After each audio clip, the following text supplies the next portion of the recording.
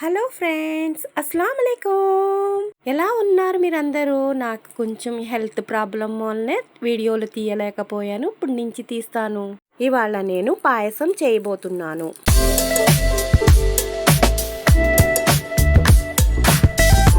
ఇది మామూలు రైస్ కాదండోయ్, ఇది ఒరిస్సా శ్రీకాకుళంలో దొరికే పాయసం రైస్. ఎలా తయారు చేయాలో చూపిస్తాను రండి. ముందుగా 1 కప్పు పాయసం రైస్, మెజరింగ్ కప్పుతో 2 కప్పుల షుగర్. ఇప్పుడు మిల్క్ మేడ్, నెయ్యి, ఇలాచీ, దోసపప్పు, బాదం, జీడిపప్పు, మిల్క్ పౌడర్ ఇవన్నీ తీసి పక్కన పెట్టుకోండి. ఇప్పుడు కుక్కర్లో 2 టేబుల్ స్పూన్ నెయ్యి వేసుకొని పాయసం రైస్ వేసుకొని 1 టేబుల్ స్పూన్ పంచదార వేసి రోస్ట్గా వేపుకోవాలి.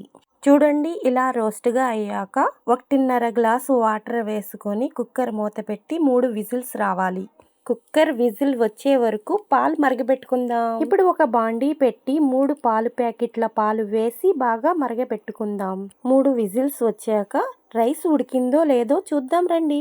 చూడండి, ఈ రైస్ బాగా కుక్ అయిపోయాయి. ఇప్పుడు ఈ రైస్ ని మరిగే పాల్లో వేసుకుందాం.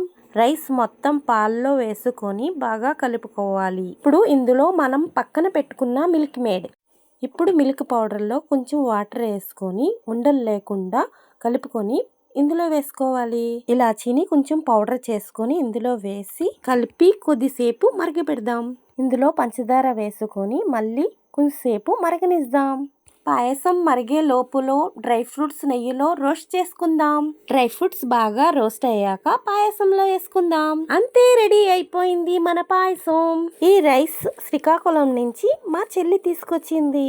ఈ పాయసం వేడివేడిగా తినడం కన్నా ఫ్రిడ్జ్ లో పెట్టుకొని చల్లగా తింటే సూపర్. మా అత్తగారి వీడియోస్ మీకు నచ్చినట్లయితే లైక్ చేయండి. మీకు ఏమైనా రెసిపీస్ కావాలంటే కమెంట్ చేయండి. మరిన్ని వీడియోస్ కోసం సబ్స్క్రైబ్ చేసుకోండి. Bye bye.